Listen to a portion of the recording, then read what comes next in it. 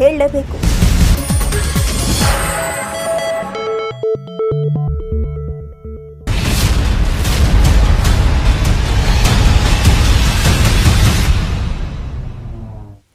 Drug ಸೇವನೆ ವಿಚಾರಕ್ಕೆ ಸಂಬಂಧಪಟ್ಟ ಹಾಗೆ ನಟಿ ರಾಗಿಣಿ ಸ್ಪಷ್ಟನೆಯನ್ನ ಕೊಟ್ಟಿದ್ದಾರೆ.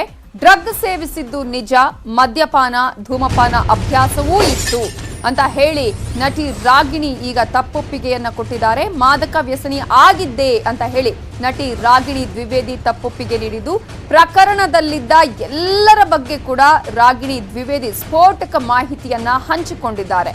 ಡ್ರಗ್ ಸೇವಿಸಿದ್ದು ಯಾವಾಗ, ಎಲ್ಲಿ ಸೇವಿಸಿದ್ದು, ಆ ಸಂದರ್ಭದಲ್ಲಿ ಯಾರ್ಯಾರು ಇದ್ರು ಅನ್ನುವಂತಹ ಮಾಹಿತಿಯನ್ನ ಕೂಡ ಹಂಚಿಕೊಂಡಿದ್ದಾರೆ. ಯಾರ್ಯಾರಿಗೆ ಡ್ರಗ್ ಮಾರಾಟ ಮಾಡಿದ್ರು ಅಂತಾನು ಕೂಡ ರಾಗಿಣಿ ಹೇಳಿಕೆಯನ್ನ ಕೊಟ್ಟಿದ್ದು, ಸ್ವ ಇಚ್ಛಾ ಹೇಳಿಕೆಯನ್ನ ಸಾಮಾಜಿಕ ಜಾಲತಾಣಗಳಲ್ಲಿ ಕೊಟ್ಟಿದ್ದಾರೆ ರಾಗಿಣಿ ದ್ವಿವೇದಿ. 2008ರಿಂದ ಬೆಂಗಳೂರಲ್ಲಿ ವಾಸವಿದ್ದು 2009ರಿಂದ ಸಿನಿಮಾ ಬದುಕು ಆರಂಭ ಆಯಿತು. ತಮಿಳು, ತೆಲುಗು, ಮಲಯಾಳಂ ಸೇರಿದಂತೆ ಒಟ್ಟಾರೆಯಾಗಿ 30 ಚಿತ್ರಗಳಲ್ಲಿ ಅಭಿನಯವನ್ನ ಮಾಡಿದ್ದೇನೆ. ಪ್ರತಿ ಸಿನಿಮಾಗೆ 15ರಿಂದ 25 ಲಕ್ಷದವರೆಗೂ ಕೂಡ ಸಂಭಾವನೆಯನ್ನ ನಾನು ಪಡ್ಕೊಂಡಿದ್ದೇನೆ. ನನಗೆ ಶಿವಪ್ರಕಾಶ್ ಸುಮಾರು 10 ವರ್ಷಗಳಿಂದಲೂ ಕೂಡ ಸ್ನೇಹಿತ. 2013-14ರಲ್ಲಿ ರವಿಶಂಕರ್ ಅವರನ್ನ ಪಾರ್ಟಿಯಲ್ಲಿ ನನಗೆ ಪರಿಚಯ ಮಾಡಿಕೊಟ್ರು.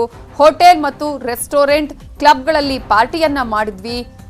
ನನಗೆ ಮದ್ಯಪಾನ ಹಾಗೂ ಸಿಗರೆಟ್ ಸೇದುವ ಅಭ್ಯಾಸ ಕೂಡ ಇರುತ್ತೆ. ಕಿರಣ್ ಕಾರ್ತಿಕಲಿಯಾಸ್ ಕೆಡಿ ಆಯೋಜಿಸಿದ್ದ ಪಾರ್ಟಿಯಲ್ಲಿ ನಾವು ಸೇರ್ತಾ ಇದ್ವಿ. ಆದಿತ್ಯ ಆಳ್ವ ಆಹ್ವಾನಿಸಿದ ಪಾರ್ಟಿಗೂ ಕೂಡ ಹೋಗಿ ಶಿವಪ್ರಕಾಶ್ ಕರ್ಕೊಂಡು ಹೋಗಿದ್ದ ಅನ್ನೋದನ್ನ ಕೂಡ ಆ ಒಂದು ಸ್ವ-ಇಚ್ಛಾ ಹೇಳಿಕೆಯಲ್ಲಿ ತಪ್ಪೊಪ್ಪಿಗೆಯನ್ನ ಕೊಟ್ಟಿದ್ದು. ನಾನು ಸೆಲೆಬ್ರಿಟಿ ಆಗಿದ್ರಿಂದ ನನಗೆ ಡ್ರಗ್ ಫ್ರೀ ಆಗಿ ಕೊಟ್ಟಿದ್ರು. ನಾನು ಮತ್ತು ಶಿವಪ್ರಕಾಶ್ ಸೇವಿಸಿದ್ವು, ಕೆಲವು ಮಾತ್ರೆಗಳನ್ನ ಮಾರಿದ್ದೆವು. ನನ್ನ ಹುಟ್ಟು ಹಬ್ಬದ ನೆಪದಲ್ಲಿ ಬೇರೆ ಬೇರೆ ದಿನಗಳಲ್ಲಿ ಪಾರ್ಟಿ ಮಾಡ್ತಿದ್ವಿ. ಸೋಷಿಯಲ್ ಮೀಡಿಯಾಗಳ ಮೂಲಕ ಪ್ರಚಾರ ಮಾಡ್ತಿದ್ವು. ಪಾರ್ಟಿಗಳಿಗೆ ಬಂದವರಿಗೆ ಎಂಟ್ರಿ ಫೀ ಫಿಕ್ಸ್ ಮಾಡ್ತಾ ಇದ್ವು. ಹೋಟೆಲ್ ಅವರಿಂದಲೂ ಕೂಡ 10ರಿಂದ 30% ಕಮಿಷನ್ ಪಡಿತಾ ಇದ್ವು. ಪಾರ್ಟಿಗೆ ಬಂದವರಿಗೆ ಎಕ್ಸ್ಟೇಸಿ ಟ್ಯಾಬ್ಲೆಟ್ 2,000, 3,000ಕ್ಕೆ ಮಾರಾಟ ಮಾಡ್ತಿದ್ವಿ. 1 ಗ್ರಾಮ್ ಕೊಕೆನ್ನ 3,000ರಿಂದ 5,000ಕ್ಕೆ ಮಾರಾಟ ಮಾಡ್ತಾ ಇದ್ವಿ. ಶಿವಪ್ರಕಾಶ್ ನನಗೆ ಆತ್ಮೀಯನಾಗಿದ್ದು ನನ್ನ ಮನೆಗೆ ಬರ್ತಾ ಇದ್ರು. ನಾನು ಸಹ ಅವರ ಫಾರ್ಮ್ ಹೌಸ್ಗೆ ಹೋಗ್ತಾ ಇದ್ದೆ, ಪಾರ್ಟಿ ಮಾಡ್ತಿದ್ದೆ. ಶಿವಪ್ರಕಾಶ್ ನನ್ನನ್ನ ಮದುವೆಯಾಗುವಂತೆ ಪೀಡಿಸೋದಕ್ಕೆ ಪ್ರಾರಂಭ ಮಾಡ್ದ. ಒತ್ತಡ ಹೆಚ್ಚಾದ್ಮೇಲೆ ನಾನು ಶಿವಪ್ರಕಾಶ್ನನ್ನ ಅವಾಯ್ಡ್ ಮಾಡಿದೆ.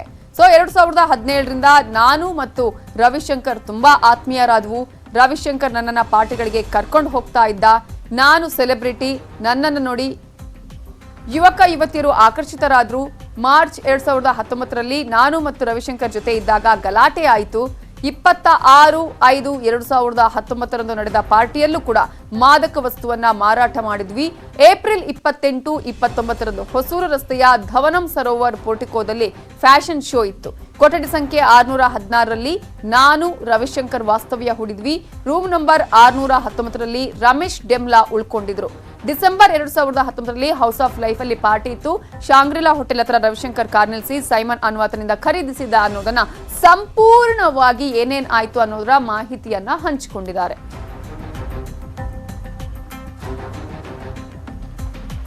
ಉಳಿದ ಅಪ್ಡೇಟ್ಸ್ ನೋಡೋಣ ಬ್ರೇಕ್ ಆದ್ಮೇಲೆ.